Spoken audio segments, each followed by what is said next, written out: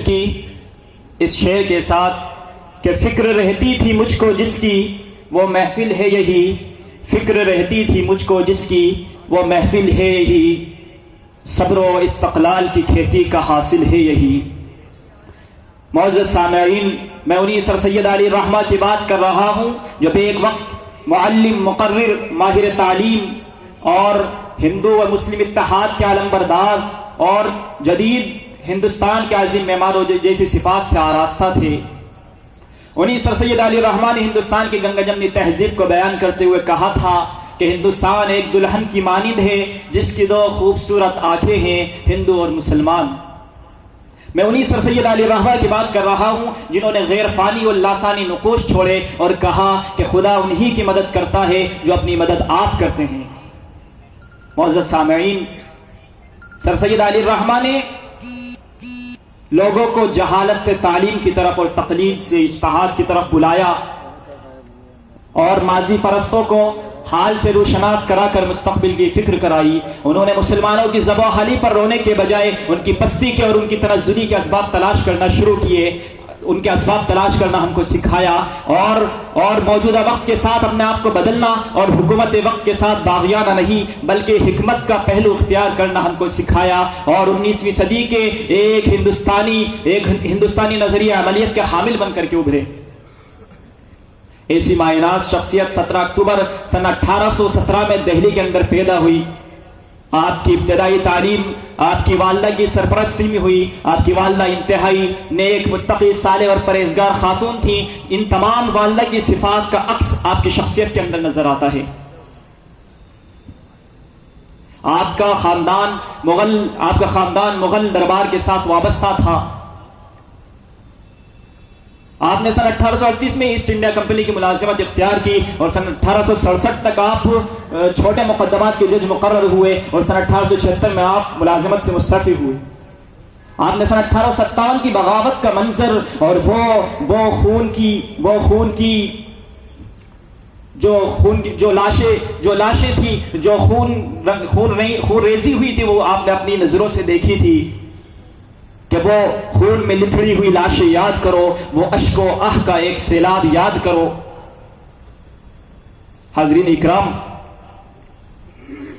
آپ نے وہ تمام مناظر اپنی آنکھوں سے دیکھے تھے، اور پھر آپ نے اسباب بغاوت ہند لکھ کر کے آپ نے انگریزوں کی غلط فہمیوں کا ازالہ کرنا چاہا، اور جو 1857 کی بغاوت کے ذمہ دار مسلمانوں کو مانا جا رہا تھا، ان غلط فہمیوں کا آپ نے ازالہ کرنا چاہا۔ ایک طرف آپ نے سائنٹیفک سوسائٹی کا قیام کیا جس سے لوگوں میں سائنسی رجحان پیدا ہوا، اور ساتھ ہی ساتھ آپ نے برطانیہ کا سفر بھی کیا جس کی دو وجوہات رہیں۔ پہلی وجہ یہ تھی کہ آپ وہاں کے معمولات کو دیکھنا چاہتے تھے، وہاں کے ایجوکیشن سسٹم کو، وہاں کے تعلیمی ڈھانچے کو آپ دیکھنا چاہتے تھے۔ آپ وہاں کے یونیورسٹیز اور کالجز کے نظام کو آپ جاننا چاہتے تھے۔ جب آپ وہاں پہنچے تو آپ نے کیمبرج اور آکسفورڈ جیسی یونیورسٹیز کا دورہ کیا، اور وہاں پر یہ عزم کیا کہ ہندوستان پہنچ کر انہی کی طرز پر ایک کالج کی بنیاد ڈالیں گے۔ اور دوسری وجہ جو سب سے اہم اور سب سے خاص رہی وہ یہ تھی کہ اس زمانے کا ایک اورینٹلسٹ ولیم میور تھا جس نے ایک بک تحریر کی، دا لائف آف محمد۔ اس میں اس نے محمد صلی اللہ علیہ وسلم کی سیرت سے متعلق غلط واقعات کا مس انٹرپریٹیشن کیا، اور ساتھ ہی اس نے غلط سورسز سے اس نے کام لیا، اور ان کی جو تعبیر تھی وہ بھی انہوں نے غلط کی۔ جب وہ کتاب شائع ہوئی تو ہنگامہ مچ گیا، اس کی مخالفت ہوئی۔ لیکن اگر ہم اس کو آج کے پس منظر سے دیکھیں اور آج کے زمانے کے تناظر سے دیکھیں کہ اگر وہ کتاب آج شائع ہوئی ہوتی تو ہم جانتے ہیں کہ وہ کتاب کے ضبط کرنے کی درخواستیں لگائی جاتی اور اخباروں کی سرخیاں بنتی اور پتلے آتش کے سپرد کیے جاتے۔ لیکن سر سید علی الرحمہ کو دیکھیے، سر سید علی الرحمہ نے کہا کہ سر سید علی الرحمہ نے ایسا نہیں کیا، بلکہ سر سید علی الرحمہ نے کہا کہ لفظ کا جواب لفظ سے دیا جانا چاہیے، علم کا جواب علم سے دیا جانا چاہیے، اور کتاب کا جواب کتاب سے دیا جانا چاہیے۔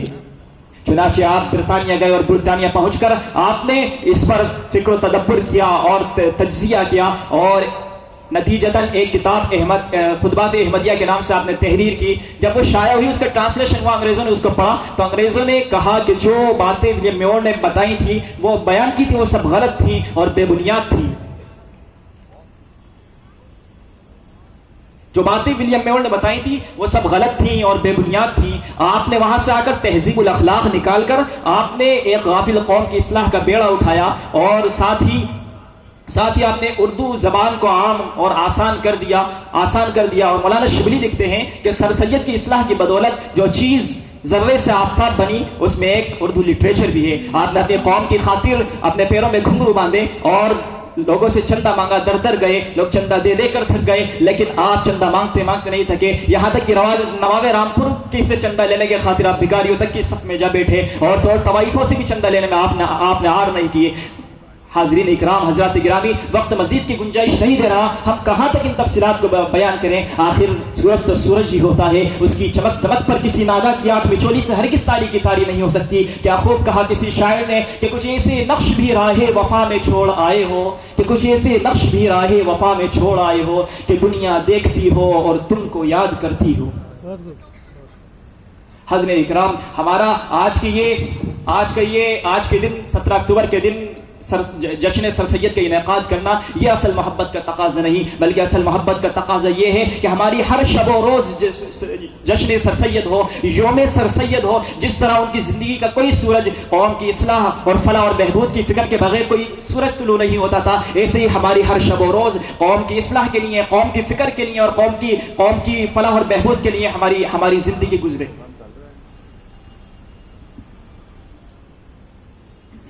اسی کے ساتھ میں اپنی بات کی اختتام کرتا ہوں۔ وما علینا الا البلاغ۔